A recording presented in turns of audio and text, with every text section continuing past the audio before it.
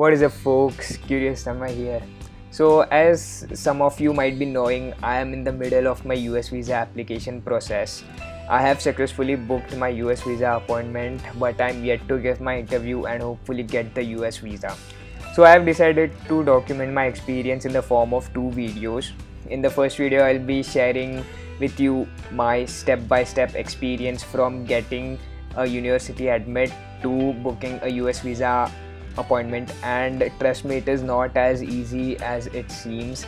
It took me whole 13 days to book a US visa appointment. So that will be the content of the first video, and in the second video I'll be sharing with you my experience about the US visa interview and hopefully how I get my US visa. So stick around and let's get started.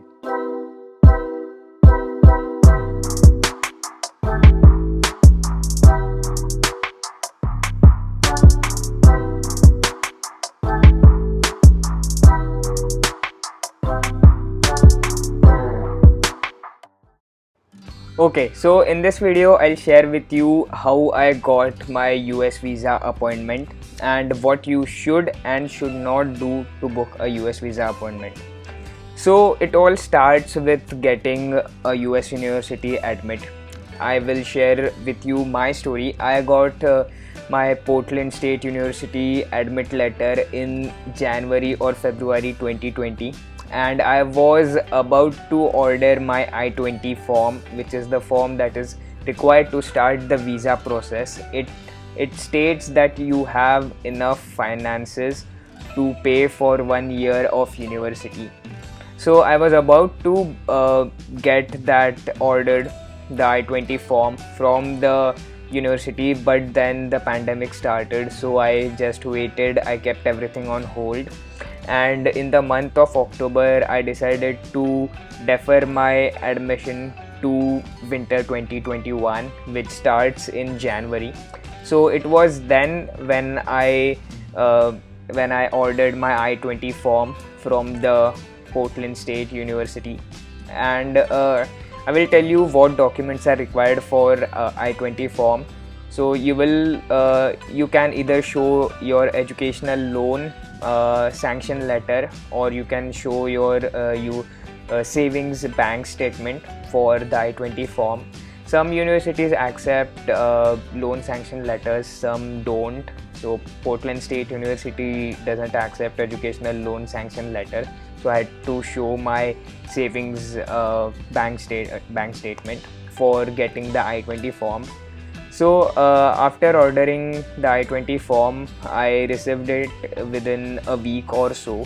Also, one more thing that I required to order the I-20 form from Portland State University is the provisional passing certificate, which I got from my college. So then within 1 week I got my I-20 form, which was an electronic copy that was delivered to me. There was no physical I-20 form because in pandemic they are accepting the electronic form of I-20. So that was what I got through email, which was digitally signed by the university authorities. And then as soon as I got my I-20 form, I started filling the DS-160 form. The DS-160 form is a form in which they ask you information like what are your educational qualifications, what is your occupation, what is your parents' occupation, and all of that. And when you fill the DS-160 form, at the end of it you have to pay two fees. One is the MRV fee, which is of $160, and then there is service fee, which you have to pay separately. It is not included in the DS-160 form. The service fee is of $350. So after you complete the DS-160 form, you go to www.ustraveldocs.com/in, where you form a US Travel Docs account. You have to fill all the information over there in the account, and then at the end of that you have to pay the service fee, which is of $350. And then once you have done all of this, you will be able to open a US Travel Docs account, with the help of which you can book a US visa appointment. And the tricky part starts over here, because since we are in the pandemic, the US Embassy and consulates in India are not releasing many slots. So there is scarcity of slots, and what they do is they open slots at any time on any day. So there is no, like, you cannot predict when will the slots be released next. Also, there is one more thing, that if you log in more than twice in your US Travel Docs account, your account can get frozen twice in a day. So this is where the tricky part starts. So what most of the students do is they join Telegram groups and WhatsApp groups, which have like 1,000 students in one group.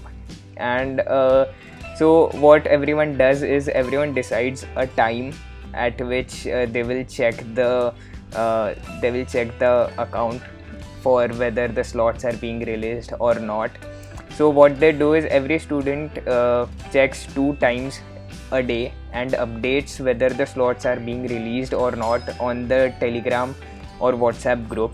So in this way, 24 hours the website is monitored by some or the other student and is updated on the group, on the Telegram or WhatsApp group.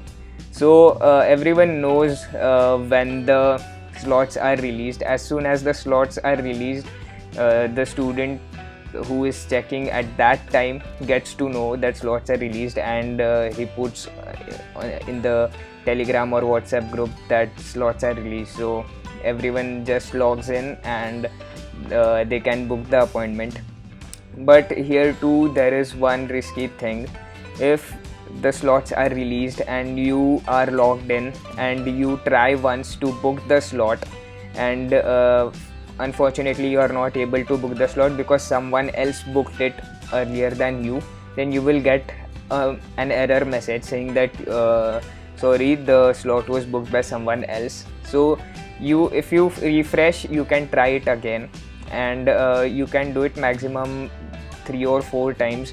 And if you do more than that, you will get a message saying that you are exceeding the number of times you can see this page. And when you see this message, you should log out as soon as possible, otherwise your account can get freezed. So basically the summary is you can only log in twice in your account, and if you log in and the slots are released, then do not try more than thrice or more than 4 times to book an appointment, otherwise you will get a message. And as soon as you get the message of maximum number of times, you should log out, and do not log in after seeing that message for at least 24 hours, otherwise your account will get frozen. There is also one rumor saying that even if you get that maximum number of times error, and even if you get that error, you can log in into your account on 10:30 AM IST on the other day. But that is just a rumor. Don't do it. I tried it and I fell for it. I had my account frozen, and this happened twice for me, and my account was frozen twice, and the account gets frozen for whole 3 days. So my account was frozen for 6 days, so that's why it took me whole 13 days to book an appointment. So this is kind of a struggle, because 13 days is a lot of time. So there are students who took 20 days to book an appointment. There are students who booked it within 3 days. So it all depends upon your luck. So this is what the whole process is, from getting a university admit to booking the US visa appointment. So I'll just summarize it. The first thing that you have to do is you have to get your finances sorted and order an I-20. That is the first thing. Then the second thing is fill your DS-160 form, and at the end of DS-160 form you pay the MRV fees, which is of $160, and then you make a US Travel Docs account in which you fill the account details and pay the service fee of $350, and then you get to book the appointment. And please join Telegram groups or WhatsApp groups to stay updated, and only check the website twice a day so that you are safe and your account doesn't get frozen. Also, one thing, if your account gets frozen, then what you should do is you should call the embassy or consulate on their call center and ask them when will your account be unfrozen. Okay, the website says that it can take up to 72 hours to get your account unfrozen, but it doesn't necessarily take 72 hours. I have seen students whose account have gotten unfrozen in 20 hours. I have seen students whose account got unfrozen in 36 hours. So just call them and ask them, they will assist you. Do not ask anyone else, just call the call center because they are there to help you. One more important thing is that you have to book 2 appointments. One is OFC appointment and the other is visa interview appointment. The OFC appointment is a biometric appointment in which you have to go to the embassy or consulate to have your fingerprint scanned and your photograph clicked. And the other appointment is a visa interview appointment in which a visa officer interviews you and determines whether you are eligible for the visa or not. Now these 2 appointments have to be booked on a single day in one single login. Like, the appointment dates can be different. For example, I booked my OFC appointment date on 25th November and my visa interview date on 9th December, but both these dates were booked on the same day in the same login. Like, you cannot do such that you book your OFC visa appointment today and you book your visa interview appointment some other day. You have to do it in one go. Now there is also one more condition, and it is that OFC appointment and the visa interview appointment both should be available for booking. Like, there are some cases in which OFC appointment is available but the visa interview appointment is not available. So at such times you cannot book these 2 appointments. Both of the appointments should be available for you to book at the same time, and then you can choose different dates for both these appointments. So I have chosen my OFC appointment date to be 25th November and my visa interview date to be 9th December. And after 13 days of work, I was able to get these 2 appointments. So just wish me luck that both these appointments of me go smoothly and I am able to get the visa appointment, the US visa, so that I can share my experience in the second part of this video. This is it, folks, for this video. Thank you so much for watching it. I hope it proves helpful to you. Please let me know how it was in the comment section, and if you liked it, then please click the like button. And if you would love to have more such videos from me, then please consider subscribing to my channel. If you have any doubts, you can contact me on my social media accounts that I have linked below in the description. And I will catch you guys in the next video. Until then, be curious.